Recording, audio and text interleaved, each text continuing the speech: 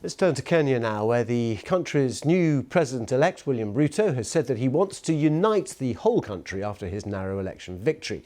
Following nearly a week of counting, the authorities announced on Monday that Mr Ruto had defeated his rival, Raila Odinga, taking 50.5% of the vote. This is part of what the president-elect's victory speech said. Let me also say right at the start that in here and in this election, there are no losers. The people of Kenya have won because we have raised the political bar. Typically, though, the election has not been without controversy. Just before that final result was declared, there were violent clashes in the announcement hall itself, with Mr Odinga supporters claiming that the vote had been rigged. 4 of the 7 members of the Electoral Commission, which is the group responsible for monitoring the election, refused to endorse the result. Here's the Vice Chair of the Commission. We cannot take ownership of the results that is going to be announced because of the opaque nature which these results have been handled. Well, we expect to hear from Raila Odinga in the next few minutes. He will be addressing the nation. We will cover that when we can. But before we do that, let's get more from our Deputy Africa Editor, Anne Soy. And is there any evidence at all? Are there any facts to show that this election has been unfair and rigged?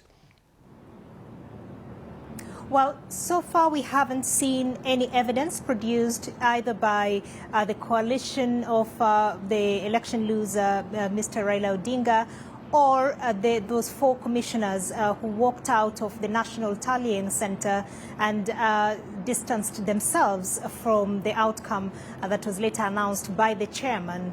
Now, we have seen this debate has already started amongst the lawyers. Some are saying that perhaps one of the justifications, one of the prayers they'll be taking to court seeking the nullification of that outcome is the lack of quorum, because these were 4 commissioners out of 7, and therefore the 3 who were left with the chairman declaring the result. There are questions about that. Well, there are counter-arguments to that also based on the previous court rulings. So it looks likely that this will end up in the Supreme Court. Worth pointing out perhaps that the 4 who said that they wouldn't endorse the vote had been appointed just before the election by Uhuru Kenyatta, the outgoing president, who was supporting Raila Odinga.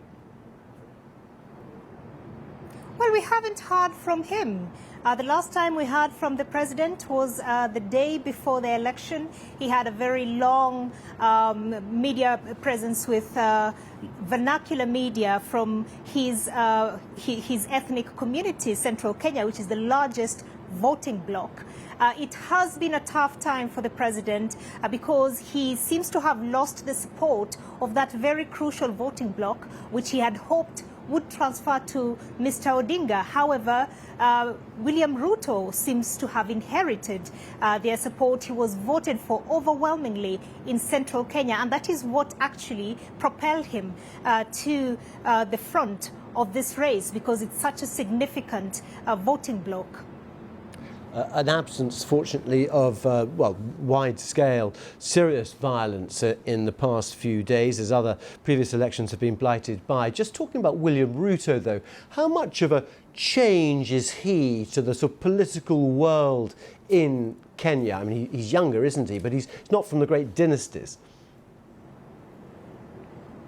Yes, he ran on that slogan. He calls himself a hustler, which in Kenya is taken to mean somebody who works hard with, very limited means and works hard to get to where they are. And that is how his supporters see him. And this is a message that really resonated across the country when covering other stories in far-flung areas close to the Ethiopian border. We'd meet people, pastoralists, herding their camels, and they say, we are hustlers.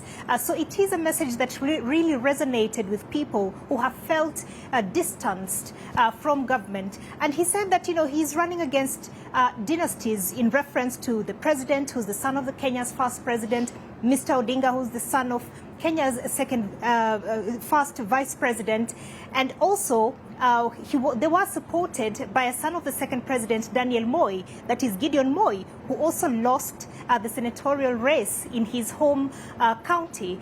So he has changed the political landscape, the political narrative in this country. However, he's been there for a long time. In Kenya, it's the faces keep changing. In 2002, he was with Uhuru Kenyatta when he lost the election to Mwai Kibaki. Mwai Kibaki was with Mr Odinga.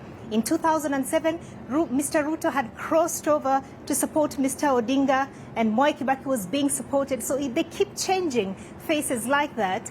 And so this has actually been part of the reason, or part of the explanation that's being given for the turnout that we had, just over 65%, the lowest we have had in more than 15 years.